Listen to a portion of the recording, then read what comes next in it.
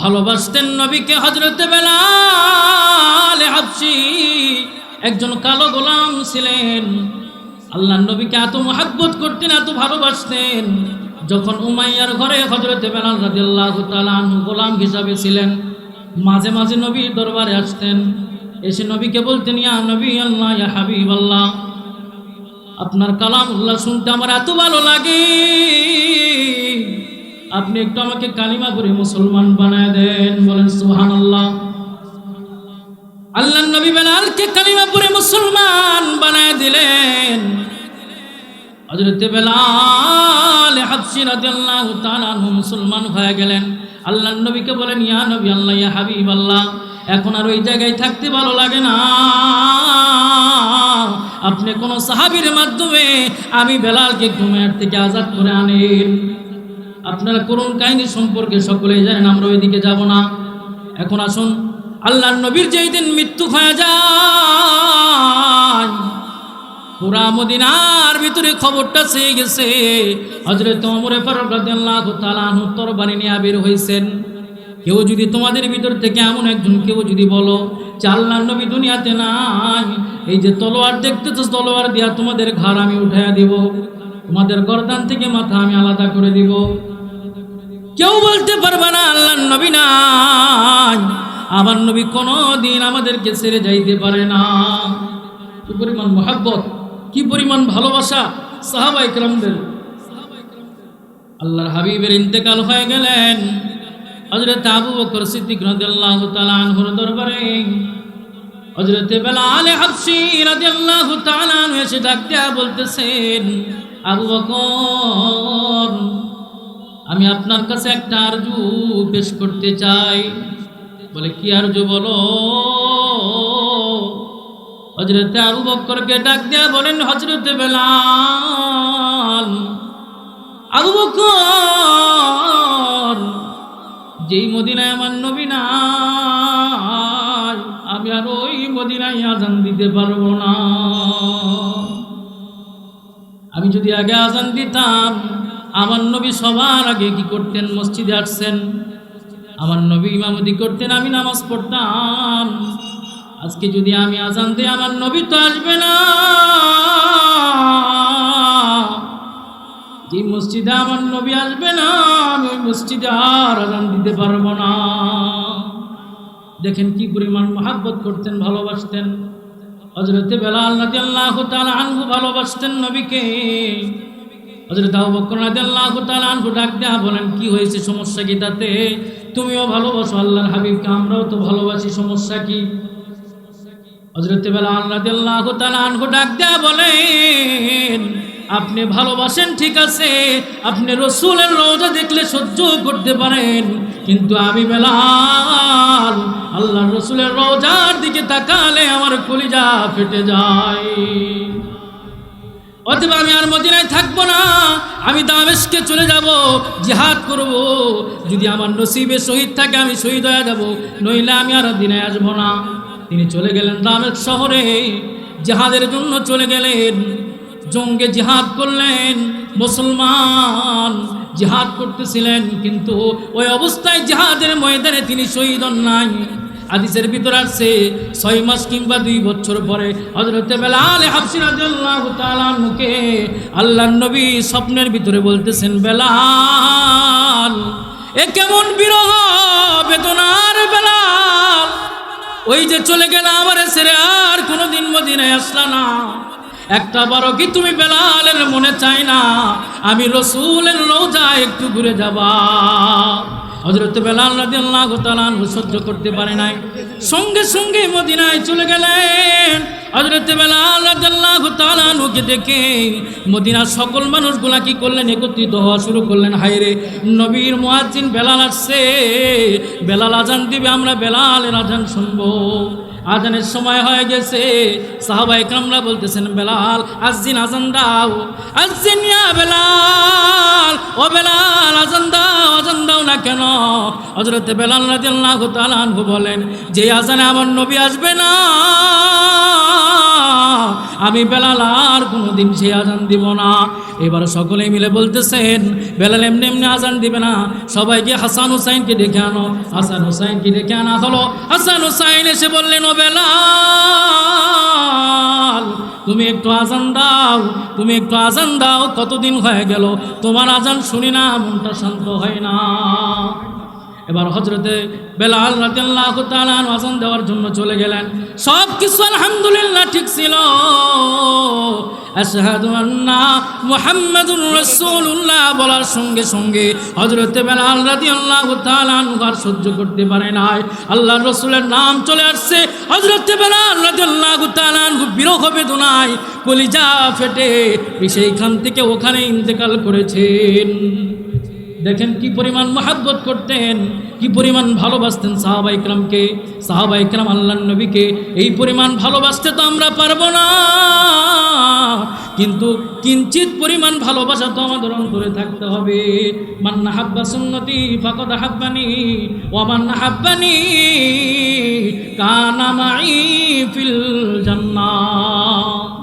আল্লাহ রাব্বুল আলামিন কোরআনের বিভিন্ন জায়গার ভিতরে এই কথাটা স্পষ্ট করে দিয়েছেন, বান্দা তুমি যদি আমার কাছে বান্দা হিসাবে প্রিয় হইতে চাও, আমি আল্লাহ রাব্বুল আলামিনের কাছে গ্রহণযোগ্য বান্দা হইতে চাও, তাহলে সর্বপ্রথম তোমাকে যেইটা করতে হবে বান্দা, তোমার অন্তরের ভিতরে আমি আল্লাহ রাব্বুল আলামিন সম্পর্কে ভয় ঢুকাইতে হবে।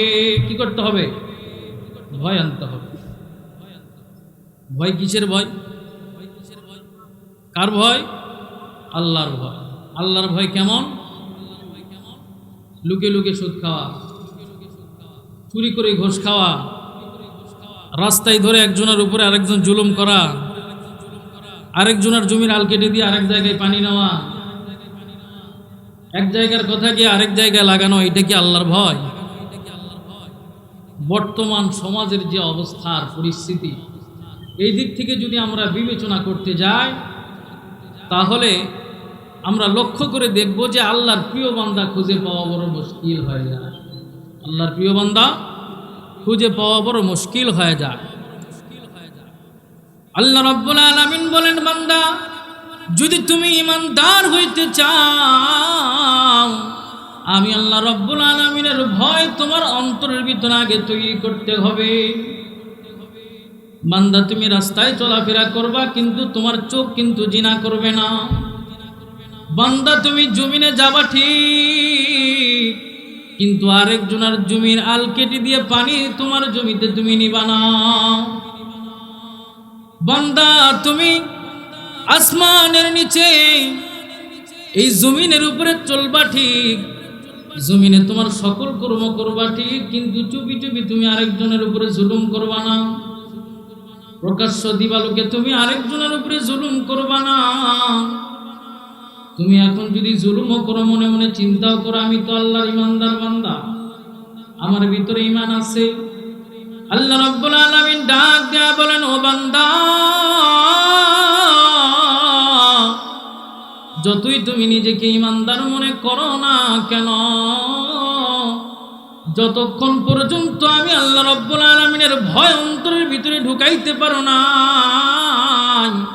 ততক্ষণ পর্যন্ত বান্দা তুমি ইমানদার হইতে পারবা না। একজন ইমানদার ব্যক্তির পরিচয় কেমন হবে? ইমানদারের সামনে হাজারো গুনার রাস্তা খুলে দিবে শয়তান, কিন্তু ইমানদার একটা বারের জন্য কখনো সিরাতুল মুস্তাকিম সোজা রাস্তা ছেড়ে বক্র পথ ধরবে না।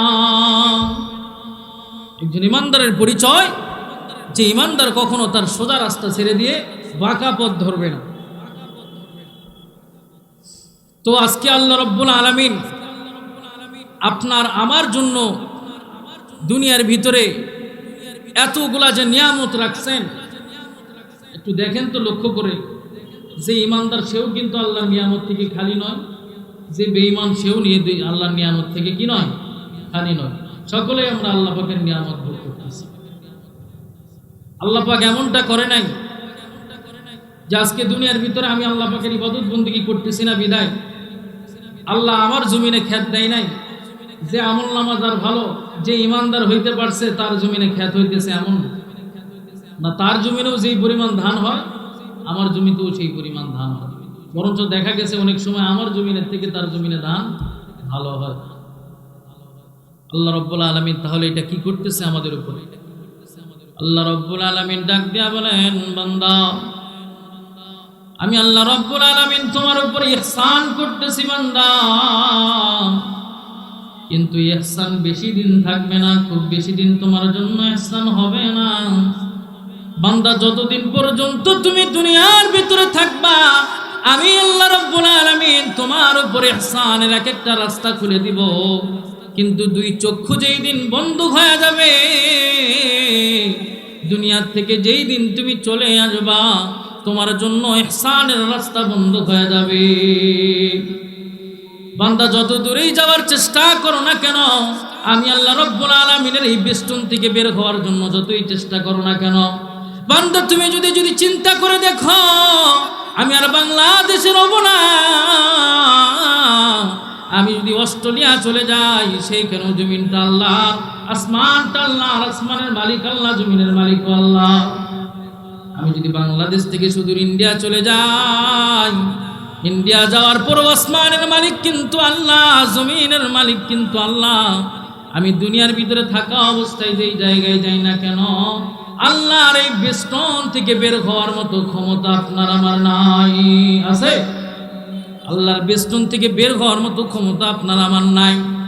আল্লাহ রাব্বুল আলামিন আপনি আমি নাফরমান হওয়া সত্ত্বেও যেই পরিমাণ ইহসান আপনাকে আমাকে করতেছেন, আল্লাহ রাব্বুল আলামিনের ইহসান বোঝা বড় মুশকিল। ও দুনিয়ার মানুষ, এখনো সময় আছে মালিকের ইহসান পাওয়ার জন্য। মালিকের এই প্যান্ডেলের ভিতরে ঢুকে যাও। কাল কিয়ামতের কঠিন ময়দানে যখন বিশ্বাস করো না কেন, কঠিন ময়দানে যখন আল্লাহ রাব্বুল আলামিন প্রশ্ন করে বসবেন, বান্দারে তুমি তো খোট্টাপাড়ার মানুষ, তোমার বাড়ি তো এলাকায়, তোমার বাড়ির পাশে আমি আল্লাহ রাব্বুল আলামিনের বরত্ব নিয়ে আলোচনা হয়েছে, আমি আল্লাহ রাব্বুল আলামিনের দিন সম্পর্কে কথা হয়েছে, রসুলের মুহাব্বত নিয়ে আলোচনা হয়েছে, প্যান্ডেল ফাঁকা। বান্দা তুমি কেন মুসলমান হইছ? যেই মুসলমান আল্লাহ পাকের বরত্ব শোনার জন্য, আল্লাহর কালামুল্লাহ শোনার জন্য পাগায় না, ওই মুসলমান যেন নিজেকে মুসলমান বলে দাবি না করে। ঠিক না ঠিক? যে মুসলমান আল্লাহর কালাম শোনার জন্য পা বাড়ায় না, যেই মুসলমান আল্লাহর কালাম শোনার জন্য অগ্রসর হয় না, আদৌ সে মুসলমান হতে পারে না। আসলে তার বাবা মুসলমান, দাদা মুসলমান, 14 পুরুষ মুসলমান হিসাবে মুসলমানকে দাবি করে, আসলে মুসলমানের কভার পরিধান করলে মুসলমান হওয়া যায় না বাপজান, জুব্বা পরলে মুসলমান হওয়া যায় না, টুপি পরলে মুসলমান হওয়া যায় না। মুসলমান হওয়ার জন্য পাক্কা ইমানদার হওয়া লাগে। কি হওয়া লাগে? মুসলমান হওয়ার জন্য পাক্কা ইমানদার হওয়া লাগে। ইয়া আইয়ুহাল্লাযীনা আমানু ওয়া কানু ইয়াত্তাকুন। অবশ্যই আল্লাহ রাব্বুল আলামিনকে ভয় করতে হবে। কি পরিমাণ ভয় করতে হবে! হযরত লোকমান হাকিম রাহমাতুল্লাহ আলাইহি ওনার সন্তানকে নসিহত করতেছেন, বাবা আমি তোমাকে একটা নসিহত করব। বলেন আব্বাজান কি নসিহত করবেন? বর্তমান সময়ে কিন্তু আমরা বাবারা সন্তানকে নসিহত করি না, করি? বর্তমান সময়ের বাবারা আমরা সন্তানকে নসিহত করি না। বলে বাবা আমি তোমাকে ছেড়ে দিছি, কোন জায়গায় যাইবা যাও, কোন জায়গায় গিয়া টিকটক বানাবা বানাও, কোন জায়গায় গিয়া গুনাহ করবা করো, কোন জায়গায় গিয়া নাফরমানি করবা করো, পেটে খিদা লাগলে খেয়ে যাও। একটা বারের জন্য খবর নেই নাই আব্বা তুমি কোন জায়গায় কি করো। আমি আল্লাহ রাব্বুল আলামিনের একজন গোলাম, আল্লাহ রাব্বুল আলামিন আমাকে গোলাম হিসেবে দুনিয়ার ভিতরে পাঠাইছেন, তুমি আমার সন্তান হিসেবে তুমি আল্লাহর গোলাম। বাবা আমি তো নামাজ পড়ি, তুমি কেন নামাজ পড়ো না? বাবা হিসাবে কোনোদিন জিজ্ঞাসা করি না, কোনোদিন জানতেও চাই নাই বাবা তুমি কোন জায়গায় কি করো। কত সন্তান মদের আসরে বসিয়া নিজের জিন্দেগিটা নষ্ট করে দিল, কত সন্তান গুনাহ করতে করতে এমন পর্যায়ে চলে গেছে যাদের আচরণ এত নোংরা হয়ে গেছে এলাকার মানুষ পর্যন্ত তাদের কারণে বিরক্ত বোধ ভোগ করে। কি বলেন? এমন অবস্থা পয়দা হয়ে গেছে। দুনিয়ার ভিতরে এমনও মানুষ আছে রে বাপজান, কথাগুলা দরদের সাথে শুনবো, সন্তান মনে করে শুনবো, নিজের সন্তান নসিহত করতেছে মনে করে শুনবো, দরদের সাথে শুনবো, ইনশাআল্লাহ কাজে আসবে। হযরত লুকমান হাকিম রাহমাতুল্লাহ আলাইহি ওনার সন্তানকে নসিহত করতেছেন, বাবা আল্লাহ রাব্বুল আলামিন আমাকে দুনিয়ার ভিতরে পাঠাইছেন আল্লাহ পাকের গোলামি করার জন্য। কি করার জন্য? আল্লাহর গোলামি করার জন্য, নাফরমানি করার জন্য পাঠাই নাই। বাবা তুমি যাই করো না কেন, লা তুশরিক বিল্লাহ, আল্লাহর সঙ্গে কখনো শিরক কইরো না। লোকমান হাকিম ওনার সন্তানকে নসিহত করতেছে, বাবা যাই করো কখনো আল্লাহর সঙ্গে কাউরে কি করো না, শিরক কইরো। আরেকটা কথা বাপজান, জীবনে যদি কোনোদিন গুনাহ করতে মনে চায় এমন জায়গায় গিয়া গুনাহ করবা যেই জায়গায় গুনাহ করলে আসমানের মালিক তোমাকে দেখতে পারবে না। আপনারা বলেন তো এমন কোন জায়গা আছে যেই জায়গায় গুনাহ করলে আল্লাহ দেখে না? এরকম কোন জায়গা আছে আপনাদের জানা মতো আমাকে একটু বলেন। জানা আছে? আমার কিন্তু জানা নাই। এমনকি জানা থাকার কথাও নয়। আল্লাহ রাব্বুল আলামিন ডাক দেয়া বলেন, বান্দা আল্লাহু সামিউন আলিম, আমি আল্লাহ রাব্বুল আলামিন আসমানের মালিক। কেমন মালিক? আমাবস্যার অন্ধকার রাত চিনেন কি চিনেন না? কথা কয় না। আমাবস্যার অন্ধকার রাত চিনেন? আমাবস্যার অন্ধকার রাতের ভিতরে যদি গুহার ভিতরে অন্ধকার গুহা, যেই গুহায় দুনিয়ার কোনো আলো পৌঁছে না, একটা কালো পাথরের উপরে যদি ছোট্ট পিপিলিকা চলাচল করে, আসমানের মালিক বলতেছেন আমি ওই পিপিলিকার কদম পর্যন্ত নজর করতে সক্ষম। বলেন সুবহানাল্লাহ। আমি ওই পিপিলিকার কদম পর্যন্ত নজর করতে সক্ষম, কেননা আল্লাহু সামিউন আলিম, আমি আসমানের মালিক, সব কিছু জানেওয়ালা। চিন্তা করে দেখেন, तू नहीं है इस जहां में मुँह छुपाने के लिए, तू नमूना बन के आया है जमाना के लिए। ওই আল্লাহ রাব্বুল আলামিন এত সুন্দর মুসলমান বানায় দিলেন। মুসলমানের অবস্থা কেন এমন হবে? মুসলমান লুকায় লুকায় থাকবে। মসজিদে আজান হয়, মুসলমান আস্তে করে মসজিদের সাইড দিয়ে লুকায়, পালার ভিতরে গিয়া লুকায়, লুকায় না? মসজিদে আজান হয়ে যায়, মুসলমান আস্তে করে মুখটা লুকাইয়া ঘরের ভিতরে ঢুকে যায়। কপালপনা মুসলমানের দল। মসজিদের পাশেই বাড়ি আছে না এমন? মসজিদের পাশে বাড়ি, আজান হয়ে যায়, আস্তে করে দরজাটা লক করে দিয়া ঘরের ভিতরে এমন ভাবে ঢুকে যায় আর বের হয় না। এমন মানুষ আছে না নাই? আরে মুসলমানের দল, তুমি তো মুখ লুকানোর জন্য দুনিয়াতে আসো নাই। তোমার মুখ থাকবে সদা সর্বদা এমন ভাবে চলাফেরা করবা তুমি, তোমাকে দেখলেই বোঝা যাবে যে তুমি একজন মুসলমান। কি বলেন? তোমাকে দেখলেই বোঝা যাবে তুমি একজন মুসলমান, তুমি মুসলমানের সন্তান, তুমি মুসলমানের বাচ্চা। ইহুদি নাসারা তোমার সঙ্গে চলাচল করবে, কিন্তু তোমার আচরণে তারা বুঝবে তুমি একজন মুসলমান, সাচ্চা মুসলমান। আজকে একজন ইহুদি নাসারার সন্তানও মদ খায়, গাঁজা খায়, আরেকজন মুসলমানের সন্তানও তার সঙ্গে সঙ্গে দিয়া মদ খায়, গাঁজা খায়। আছে না নাই? কথা কওয়া লাগবে ভাই, আছে না নাই? নাকি আপনাদের ওয়াজ ভালো লাগতেছে না? না লাগলে চলে যাবো আমি, সমস্যা। আসমানের মালিক আপনাকে আমাকে মুসলমান বানাইছে, মুখ লুকানোর জন্য বানাই নাই। আপনার আমার চেহারা থাকবে উজ্জ্বল স্বচ্ছ চেহারা। মুসলমানের চেহারা মুখ লুকানোর জন্য নয়, মুসলমানের চেহারা জাতির সামনে এমন ভাবে দেখানোর জন্য। মুসলমানের চেহারা দেখলে বাতিলের অন্তর কেঁপে উঠবে। বলেন সুবহানাল্লাহ। মুসলমানের চেহারা দেখলে বাতিলের অন্তর কেঁপে উঠবে।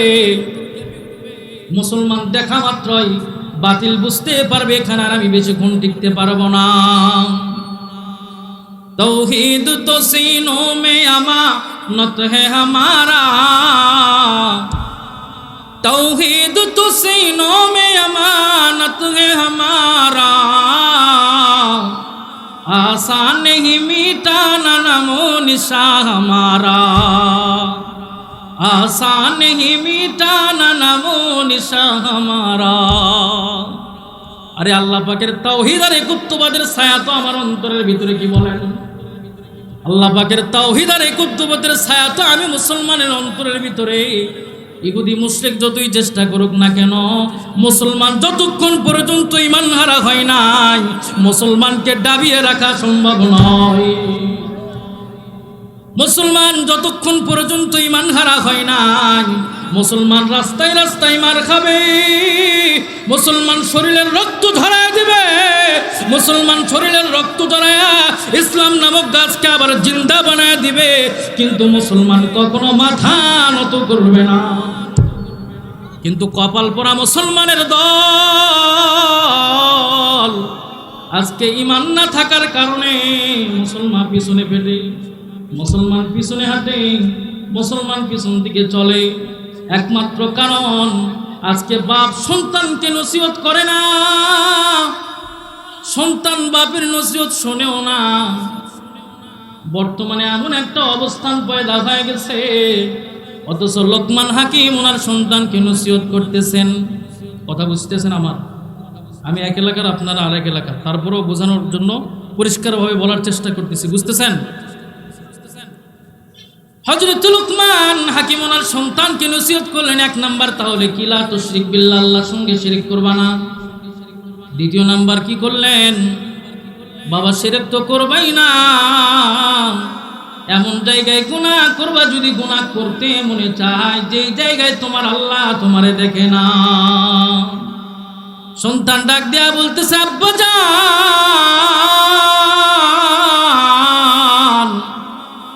এমন কি কোনো জায়গা হইতে পারে গো যেই জায়গায় আমার আল্লাহ আমারে দেখবে না? হযরত লোকমান হাকিম ডাক দেয়া বলে, আব্বা রে, যদি এমন কোনো জায়গা না থাকে তাহলে বুঝবা তোমার জন্য গুনাহ করা যাবে না। যদি এমন কোনো জায়গা না থাকে তাহলে বুঝবা গুনাহ কি করা যাবে না, গুনাহ করা যাবে না। কেননা আজকে দুনিয়ার ভিতরে গুনার কারণে সবচাইতে বেশি যেই সমস্যাটা হয়, গুনার কারণে আমাদের কলব, জিন্দা কলবটা কি হয়ে যায়, মৃত হয়ে যায়। আল্লাহ যখন আমাদেরকে প্রথম বানান, দুনিয়ার ভিতরে পাঠিয়ে দেন, মুসলমান হিসাবে আমার কলবটা ছিল সাদা চকচকে ফকফকে, একেবারে টিস্যু যেরকম চকচকা দেখতেছেন এরকম চকচকার ফকফকা ছিল, কোনো প্রকারের দাগ ছিল না। দাগ ছিল নেই, কোনো প্রকারের দাগ ছিল না। কিন্তু দুনিয়ার ভিতরে যখন আপনি আমি আসলাম, একটা গুনাহ করলাম, কলবের ভিতরে একটা কালো দাগ পড়ে গেল। আবার একটা গুনাহ করলাম, কলবের ভিতরে আরো একটা কালো দাগ পড়ে গেল। আবার একটা গুনাহ করলাম। এখন চিন্তা করে দেখেন, আপনার বালেগ হওয়ার পরের থেকে এই পর্যন্ত কত নাফরমানি আর গুনাহ করছেন, হিসাব করে শেষ করা যাবে? বালেগ হওয়া থেকে শুরু করে এই পর্যন্ত যত নাফরমানি আর গুনাহ করছি, যদি আপনি আমি হিসাবের খাতা নিয়ে বসি বাপজান, হিসাব করে শেষ করা সম্ভব হবে না। তাহলে আপনার আমার কলবের অবস্থাটা কেমন হয়ে গেছে? সাদা আছে না কালো হয়ে গেছে? আপনার আমার কলবের অবস্থাটা কালো হয়ে গেছে। শুধু কালো নয়, এমন কালো হয়ে গেছে যেখানে আল্লাহর দ্বীনের কথা হয় কিন্তু অন্তরে অন্তরে বসে না। অন্তরে বসাইতে পারলাম না, বুঝাইতেও পারলাম না মন। একদিনে জানি যাইবারে চলিয়া এই দুনিয়া সারি, আদর করিয়া ঘর বানাইয়া বানায় রঙ্গের বাড়ি গো, আদর আদর করে ঘর বানাইলা, বানাই রঙের বাড়ি গো, দেখলা না ভাবি আরে মন একদিন যাইবা চলিয়া। বরই পাতার গরম জলে গোসল করাইয়া, বরই পাতার গরম জলে গোসল করাইয়া গো, জন্মের মতো আপন জনে আসিবে রাখিয়া। দিন যাবে রাত যাবে গো, কেউ তো খবর নেবে না, মায়ে বাপে সন্তান কেউ তো নাম জপবে না। ও মুসলমান, কাল লাগি ঘর করলা, কাল লাগি বাড়ি করতেছ, এত দুনিয়ার ব্যাংক ব্যালেন্স, লক্ষ কোটি কোটি টাকার মালিক, আজকে যদি রাস্তার ফুটপাতের ফকির মারা যায়, আর পালঙ্কে সোনার পালঙ্কে ঘুমাইতেছে রাজ বাদশাহ, এই বাদশাও যদি মারা যায়, ওই ফকিরের জায়গাও 3 হাত মাটির নিচে, বাদশাহ যিনি সোনার পালঙ্কে চড়ে ঘুমায়, ওই বাদশার জায়গাও 3 হাত মাটির নিচে। কি বলেন? কথা বুঝতেছেন? কথা বুঝতেছেন আপনারা? আজকে যদি ফুটপাতের একজন ভিখারি, সেও যদি মারা যায়, তার জায়গা কই? মাটির নিচে। কোনো বিছানা আছে? কোনো বালিশ আছে? কোনো এসির ব্যবস্থা আছে? কিচ্ছু নাই। ঠিক একই রকম ভাবে এই এলাকার যদি একজন ধনাঢ্যবান ব্যক্তি, যার কোটি কোটি টাকার সম্পত্তি আছে, সেও যদি মারা যায়, তার জায়গা কোথায়? এই মাটির নিচে। পার্থক্য হবে না, সম্পদ দেয়া কোনো পার্থক্য হবে না, পার্থক্য হবে আমলে, আর কোনো জায়গায় নয়। আমল যদি ভালো হয়ে যায়, আল্লাহর ভয় যদি অন্তরের ভিতরে থাকে, মসজিদে আজান হয়ে যাওয়ার সঙ্গে সঙ্গে যদি মসজিদে নামাজের জন্য চলে যায়, আল্লাহর ভয় যদি অন্তরের ভিতরে আনতে পারে, আল্লাহ রাব্বুল আলামিন ডাক দেয়া বলবেন ফেরেশতাকে, ও ফেরেশতার দল, দুনিয়ার ভিতরে আমার বান্দা অনেক কষ্ট করে আসছে, দুনিয়ার ভিতরে অনেক জুলুম অত্যাচার সহ্য করেছে, ইমানের পথে থাকার কারণে সুদের টাকা পাই নাই, কোনো হারামের টাকা পাই নাই, কোনো লোনের টাকা পাই নাই, কোনো এমন কোনো নাপাক টাকা পাই নাই যেই টাকা দিয়ে সে ধন দৌলত বানাবে, যেই টাকা দিয়ে সে অর্থকড়ি বানাবে, যেই টাকা দিয়ে সে আরামে দুনিয়ার ভিতরে চলবে, এমন কোনো সম্পদ দুনিয়ার ভিতরে তার ছিল না। আল্লাহ রাব্বুল আলামিন বলবেন, দুনিয়ায় একমাত্র তার সম্পদ যেটা ছিল, সেটা হলো কালামুল্লাহর তেলাওয়াত। সুবহানাল্লাহ। এটা হলো কোরআনের তেলাওয়াত। আল্লাহ রাব্বুল আলামিন কোরআনকে বলবেন, তুমি ওই মাইয়াতের মাথার কাছে চলে আসো, বলেন সুবহানাল্লাহ। নামাজকে বলবেন ডান পাশে যাও, রোজাকে বলবেন বাম পাশে গিয়া দাঁড়াও, এবং ভালো আমলগুলাকে বলবেন যাও পায়ের দিকে গিয়া চলে যাও। বান্দা যখন ঘুম থেকে জাগ্রত হবেন, চোখটা খুলে দেখবেন, আইরে কবর তো অন্ধকার জায়গা ছিল, আলোকিত কেমন করে হয়ে গেল।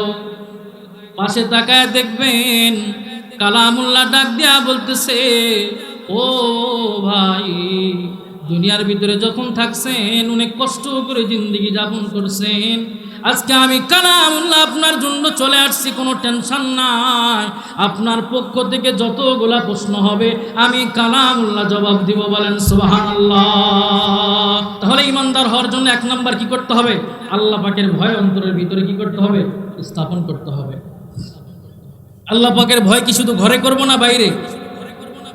আল্লাহ পাকের ভয় ঘরেও করতে হবে, ঘরের বাইরেও করতে হবে, সামাজিক জীবনেও করতে হবে, রাষ্ট্র জীবনেও করতে হবে, সব জায়গাতে কি করতে হবে? আল্লাহ পাকের ভয় করতে হবে। আল্লাহ পাকের যদি ভয় না থাকে, তাহলে সমাজ বলেন, রাষ্ট্র বলেন, পরিবার বলেন, ঘর বলেন, বাড়ি বলেন, সব কিছু জাহান্নামে পরিণত হয়ে যাবে। কি বলেন? সব জাহান্নামে পরিণত হয়ে যাবে। আর আল্লাহ পাকের ভয় যদি থাকে, আল্লাহ পাকের ভয় থাকার কারণে সমাজটা জান্নাতি হয়ে যাবে। আল্লাহ পাকের মহব্বত থাকার কারণে, ভয় থাকার কারণে পরিবারটা জান্নাতি হয়ে যাবে। আল্লাহ পাকের ভয় থাকার কারণে রাষ্ট্র জান্নাতি হয়ে যাবে। বলেন সুবহানাল্লাহ। আর যেই রাষ্ট্রে আল্লাহর ভয় নাই, ওই রাষ্ট্রে একজন আরেকজনের উপরে জুলুম করবে কিভাবে, এই চিন্তা নিয়ে থাকবে। যে রাষ্ট্রে আল্লাহর কোনো ভয় নাই, যে রাষ্ট্রে আল্লাহ সম্পর্কে কোনো চিনা জানা নাই, যেই রাষ্ট্রের মানুষগুলো আল্লাহর পরিচয় জানে না, যেই রাষ্ট্রের মানুষ রবকে এটা জানে না, ওই রাষ্ট্রের মানুষ কখনো সভ্য সমাজ হিসাবে আখ্যায়িত হতে পারে না। এজন্য রাষ্ট্র পরিচালনার জন্য দ্বীনের প্রয়োজন আছে, আল্লাহর ভয়ের প্রয়োজন আছে, ইমানের প্রয়োজন আছে, আমলের প্রয়োজন আছে। আমল ছাড়া কোনো কিছু পরিচালনা করা সম্ভব নয়। সম্ভব? মনে করেন আপনি তরকারি রান্না করা জানেন না, এখন প্রথম আপনাকে তরকারি রান্না করতে দেওয়া হয়েছে, আপনি চুলার উপরে তরকারির পাতিলটা বসাইছেন, বসানোর পরে তরকারি দেওয়ার পরে আপনি এখন চুপ করে বসে আছেন। আপনার স্ত্রী কিংবা আপনার মা এসে বলতেছে, বাবা কি ব্যাপার, তরকারি কি রান্না হয়েছে? বলে মা হইতেছে। আবার 1 ঘন্টা পরে এসে বলতেছে, বাবা রান্না হয়েছে? বলে মা হইতেছে। মা এখন লক্ষ্য করে দেখে যে আসলে চুলার নিচে তো আগুনই জ্বলে নাই, রান্না হবে কোন জায়গা থেকে? চুলার নিচে যদি আগুন না জ্বলে রান্না হবে? চুলার নিচে যদি আগুনই না থাকে রান্না কোন জায়গা থেকে হয়? তো ঠিক একই রকম ভাবে চুলার নিচে আগুন না থাকার কারণে যদি রান্না না হতে পারে, এটা তো সামান্য একটা বিষয়। ইমানের যদি পূর্ণতা না থাকে তাহলে সেখানে কোনোদিন ভালো কিছু আশা করা সম্ভব নয়। কথা বুঝতেছেন? বুঝা যায়? এখন দ্বিতীয় নাম্বার, রসুলের মহাব্বত থাকতে হবে। কি থাকতে হবে? রসুলের মহাব্বত থাকতে হবে। আল্লাহ পাকের মহাব্বত এবং ভয় দুটোই থাকতে হবে, এবং তার সঙ্গে সঙ্গে রসুলের মহাব্বত থাকতে হবে। আল্লাহ রসুল সাল্লাল্লাহু আলাইহি সাল্লাম বলেন, আল্লাহর পরে যেই ব্যক্তি তার পিতামাতা এবং তার স্ত্রী, তার সন্তানের চাইতে সবচাইতে বেশি আমাকে যদি মহাব্বত না করতে পারে, তাহলে বুঝতে হবে তার ইমানের ভিতরে সমস্যা আছে। তাহলে বোঝা গেল কি, আল্লাহর পরে সবচাইতে যাকে বেশি মহাব্বত করতে হবে তিনি কে? আল্লাহর নবী। কে ভাই? আল্লাহর নবী। মনে বড় আশা ছিল যাব মদিনায়, সালাম আমি করব গিয়ে, সালাম আমি করব গিয়ে নবীজির রওজায়।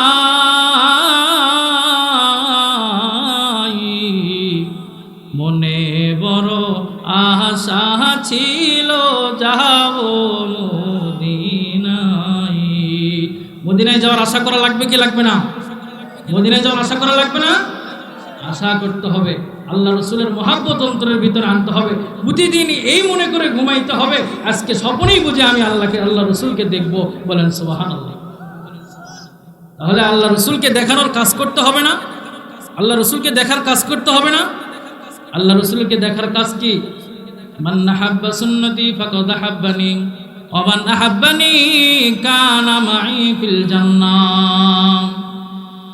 नक्शे कदम नबी के हैं सुन्नत की रास्ते, नक्शे कदम नबी की है सुन्नत के रास्ते, अल्लाह से मिलाते हैं जन्नत के रास्ते। सुबहानाल्लाह। কোনো ব্যক্তি যদি নবীজির নকশে কদম করতে পারে, আল্লাহর নবীর সুন্নতকে মহব্বত করতে পারে, আল্লাহর নবীকে যদি ভালোবাসতে পারে, আল্লাহর রাসূল সাল্লাল্লাহু আলাইহি ওয়াসাল্লাম বলেন, মান আহাব্বা সুন্নতি ফাকাদ আহাব্বানি ওয়া মান আহাব্বানি কানা মাই ফিল জান্নাহ। ওই ব্যক্তি আমাকে মহব্বত করার কারণে, আমাকে ভালোবাসার করার কারণে, আমার সঙ্গে সম্পর্ক রাখার কারণে, আমি রাসূলকে অন্তরের ভিতরে লালন পালন করার কারণে ওই ব্যক্তি আমার সঙ্গে একই সাথে জান্নাতে থাকবে। বলেন সুবহানাল্লাহ। এত বড় আশা রে দোস্ত, এত বড় আশা দুনিয়ার কোনো পয়গম্বর, কোনো উম্মতকে দিতে পারে নাই।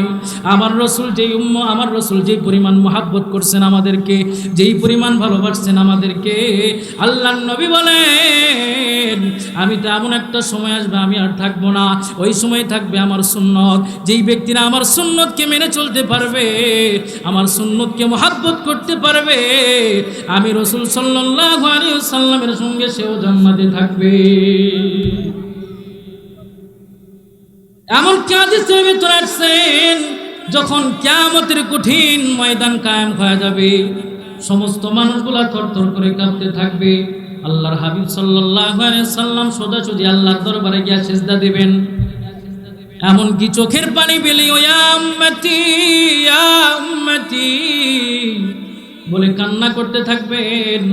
আল্লাহ রাব্বুল আলামিন ডাক দেয়া বলেন ইয়া হাবিবাল্লাহ ইয়া রাসূলুল্লাহ, আপনার চোখে পানি কেন গো? আল্লাহর হাবিব সাল্লাল্লাহু আলাইহি ওয়াসাল্লাম ডাক দেয়া বলেন ইয়া আল্লাহ, আমি চোখের সামনে আমার একটা উম্মতকে জাহান্নামে হতে দেখতে পারবো না। ততক্ষণ পর্যন্ত আমার একটা উম্মত জাহান্নামে থাকবে গো মালিক, ততক্ষণ পর্যন্ত আমি আমার মাথা উঠাবো না সিজদার থেকে। দেখেন কি পরিমাণ মহাব্বত করছেন আল্লাহ রাসূল সাল্লাল্লাহু আলাইহি ওয়াসাল্লাম আমাদেরকে। সাহাবায়ে কেরামের জন্য আল্লাহর নবীকে এই পরিমাণ ভালোবাসতেন, মহাব্বত করতেন আল্লাহ রাসূলকে। ছোট্ট একটা ঘটনা আমি আপনাদের সামনে বলবো।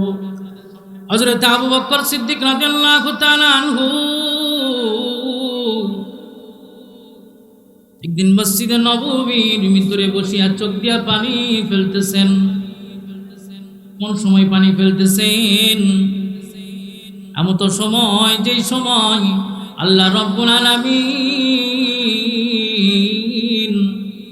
খবর পাঠিয়ে দিলেন আল্লাহর নবীকে, ইয়া রাসূলুল্লাহ ইয়া হাবিবাল্লাহ, আপনার আর বেশি টেনশন করা লাগবে না, বেশি চিন্তা করা লাগবে না, অবশ্যই অচিরে দেখবেন আমি আল্লাহ রাব্বুল আলামিন আপনার জন্য আসমানি সহযোগিতা পাঠাবো। যে সহযোগিতার কারণে যুদ্ধের ময়দানে আপনার বিজয় হবে, তখন দেখবেন দলে দলে মানুষগুলো আপনার ভিতরে, মুসলমানের ভিতরে কি হয়ে যাচ্ছে, শামিল হয়ে যাচ্ছে। ওই অবস্থায় আপনার আর কোনো কাজ থাকবে না, আপনি শুধু দরুদ পড়বেন, জিকির করবেন, আর কোনো কাজ থাকবে না। ওই অবস্থায় আপনি শুধু দরুদ পড়বেন আর জিকির করবেন, আর কোনো কাজ নাই। আমি আল্লাহ রাব্বুল আলামিন অবশ্যই অবশ্যই আপনার সমস্ত বান্দার সকল হাজত পুরা করনে ওয়ালা মালিক। হযরত আবু বকর সিদ্দিক রাদিয়াল্লাহু তাআলা আনহু চোখ দিয়ে কান্না করতেছেন যখন আল্লাহ পাকের পক্ষ থেকে ঘোষণা আসলো। সাহাবায়ে কেরামরা আনন্দে উল্লাসিত হয়ে গেছেন। আবু বকরকে ডাক দেয়া বলেন, আবু বকর, সমস্ত সাহাবীরা আনন্দে উল্লাসিত হয়ে গিয়েছে, তুমি কান্না কেন করতেছ? হযরত আবু বকর রাদিয়াল্লাহু তাআলা আনহু ডাক দেয়া বলেন, তোমরা কি জন্য এত আনন্দিত? সাহাবায়ে কেরামরা বলতেছেন, আল্লাহ রাব্বুল আলামিন আমাদের জন্য সহযোগিতা পাঠাবেন, আমরা যুদ্ধে বিজয় লাভ করব, এই জন্য আমরা আনন্দিত। আমাদের আর কোনো কাজ নাই, এখন আমরা জিকির করব, শুধু জিকির আজগার করব, আল্লাহর জিকির আজগার করব, আল্লাহর নবীর দরুদ পড়ব, আর কোনো কাজ নাই। হযরত আবু বকর সিদ্দিক রাদিয়াল্লাহু তাআলা আনহু বলেন, তোমরা দেখতেছো মুসলমানের বিজয়ী, আমি দেখতেছি আল্লাহর রাসূল আর দুনিয়াতে বেশি দিন নাই। বলেন আবু বকরের নজর কোন দিকে? এজন্য আবু বকর চোখ দিয়া পানি ফেলে কান্না করতেছেন, আমার নবী যদি দুনিয়ার থেকে চলে যায়, না জানি আমাদের কি অবস্থা হয়ে যায়। তোমরা দেখতেছো আল্লাহ পাকের সহযোগিতা, আর আমি দেখি আল্লাহর নবী আমাদের কাছে আর বেশি দিন থাকবে না। হাদিসের ভিতরে আসছে, হযরত আবু বকর সিদ্দিক রাদিয়াল্লাহু তাআলা আনহু সাহাবাদের ভিতরে সবচেয়ে নরম দিলের একজন সাহাবী ছিলেন। হযরত আবু বকর সিদ্দিক রাদিয়াল্লাহু তাআলা আনহু যখন কোরআনের তেলাওয়াত করতেন, এত কান্নার সুরে কোরআনের তেলাওয়াত করতেন, মক্কার কাফের মুশরিকরা তাদের ঘরের নারী এবং সন্তান সকলে তার কোরআনের তেলাওয়াত শুনে, কোরআনের তেলাওয়াত শোনার সঙ্গে সঙ্গে তার দরজার কিনারায় কান লাগায় শুনতেন। বলেন সুবহানাল্লাহ। এই পরিমাণ মহব্বত করতেন হযরত আবু বকর সিদ্দিক রাদিয়াল্লাহু তাআলা আল্লাহর নবীকে, যে আল্লাহর নবী দুনিয়ার থেকে চলে যায় না, যাবে আল্লাহর পক্ষ থেকে সূরা নাজিল হচ্ছে, মুসলমানের বিজয়ের সূরা নাজিল হচ্ছে, এইদিকে আবু বকরের চোখ দেয়া পানি পড়তেছে। কি পরিমাণ মহব্বত করতেন হযরত আবু বকর সিদ্দিক রাদিয়াল্লাহু তাআলা আনহু আল্লাহর নবীকে। দ্বিতীয় নম্বর আরেকজনের নাম বলবো, প্রসিদ্ধ একজনের নাম, যার নাম শোনা মাত্রই পুরা মুসলিম উম্মাহ বুঝতে পারে যে তিনি কেমন সাহাবী। ভালোবাসতেন নবীকে হযরত বেলাল হাবশী, একজন কালো গোলাম ছিলেন। আল্লাহর নবীকে এত মহব্বত করতেন, এত ভালোবাসতেন, যখন উমাইয়ার ঘরে হযরত বেলাল রাদিয়াল্লাহু তাআলা আনহু গোলাম হিসাবে ছিলেন, মাঝে মাঝে নবীর দরবারে আসতেন, এসে নবীকে বলতেন, ইয়া নবী আল্লাহ, ইয়া হাবিব আল্লাহ, আপনার কালামুল্লাহ শুনতে আমার এত ভালো লাগে, আপনি একটু আমাকে কালিমা পড়ে মুসলমান বানায় দেন। বলেন সুবহানাল্লাহ। আল্লাহর নবী বেলালকে কালিমা পড়ে মুসলমান বানায় দিলেন। হযরত বেলাল হাবশী রাদিয়াল্লাহু তাআলা আনহু মুসলমান হয়ে গেলেন। আল্লাহর নবীকে বলেন, ইয়া নবী আল্লাহ, ইয়া হাবিব আল্লাহ, এখন আর ওই জায়গায় থাকতে ভালো লাগে না, আপনি কোন সাহাবীর মাধ্যমে আমি বেলালকে একটু মায়ের থেকে আজাদ করে আনেন। আপনারা করুন কাহিনী সম্পর্কে সকলেই জানেন, আমরা ওইদিকে যাব না। এখন আসুন, আল্লাহর নবীর যেই দিন মৃত্যু হয়ে যায়, পুরা মদিনার ভিতরে খবরটা ছেয়ে গেছে।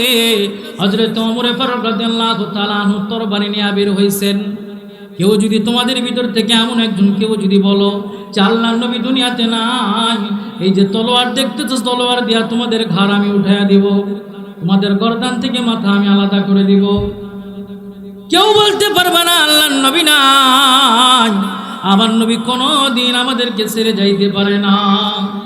কি পরিমাণ মহব্বত, কি পরিমাণ ভালোবাসা সাহাবায়ে কেরামদের। আল্লাহর হাবিবের ইন্তেকাল হয়ে গেলেন। হযরত আবু বকর সিদ্দিক রাদিয়াল্লাহু তাআলা আনহুর দরবারে হযরত বেলাল হাবশী রাদিয়াল্লাহু তাআলা আনহু এসে ডাক দিয়া বলতেছেন, আবু বকর, আমি আপনার কাছে একটা আরজু পেশ করতে চাই। বলে, কি আরজু বলো। হযরত আবু বকরকে ডাক দিয়া বলেন, হযরত বেলাল, আবু বকর, যেই মদিনায় আমার নবী নাই, আমি আর ওই মদিনায় আজান দিতে পারবো না। আমি যদি আগে আজান দিতাম, আমার নবী সবার আগে কি করতেন? মসজিদে আসছেন, আমার নবী ইমামতি করতেন, আমি নামাজ পড়তাম। আজকে যদি আমি আজান দিই, আমার নবী তো আসবে না। যে মসজিদে আমার নবী আসবে না, আমি ওই মসজিদে আর আজান দিতে পারবো না। দেখেন কি পরিমাণ মহব্বত করতেন, ভালোবাসতেন। হযরত বেলাল রাদিয়াল্লাহু তাআলা আনহু ভালোবাসতেন নবীকে। হযরত আবু বকর রাদিয়াল্লাহু তাআলা আনহু ডাক দেয়া বলেন, কি হয়েছে, সমস্যা কি তাতে? তুমিও ভালোবাসো আল্লাহর হাবিবকে, আমরাও তো ভালোবাসি, সমস্যা কি? হযরত বেলাল রাদিয়াল্লাহু তাআলা আনহু ডাক দেয়া বলেন, আপনি ভালোবাসেন ঠিক আছে, আপনি রাসূলের রওজা দেখলে সহ্য করতে পারেন, কিন্তু আমি বেলাল আল্লাহর রাসূলের রওজার দিকে তাকালে আমার কলিজা ফেটে যায়। অতএব আমি আর মদিনায় থাকবো না, আমি দামেস্কে চলে যাব, জিহাদ করব। যদি আমার নসিবে শহীদ থাকে আমি শহীদ হয়ে যাব, নইলে আমি আর দিনে আসবো না। তিনি চলে গেলেন দামেস্ক শহরে, জিহাদের জন্য চলে গেলেন।